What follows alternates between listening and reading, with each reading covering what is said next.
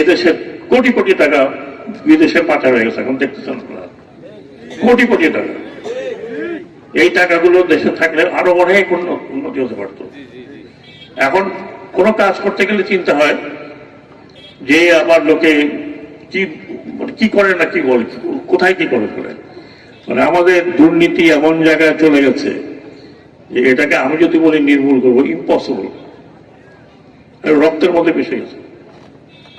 এটা অভ্যাস বলবো না, কি বলবো না, আমাদের উপরে আল্লাহ তাআলার একটা গজব আল্লাহ জানে। হাজার হাজার কোটি টাকা নেই, 100 টাকার জিনিস 200 টাকা 300 টাকা তৈরি করে।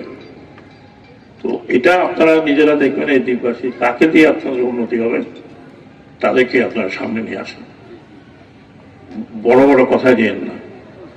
আমি এই জন্য আপনাদের বলছি, আমার এই কথা বলার কথা না, আমি আপনাদের এই কথা বলছি যে আমি উপদেশ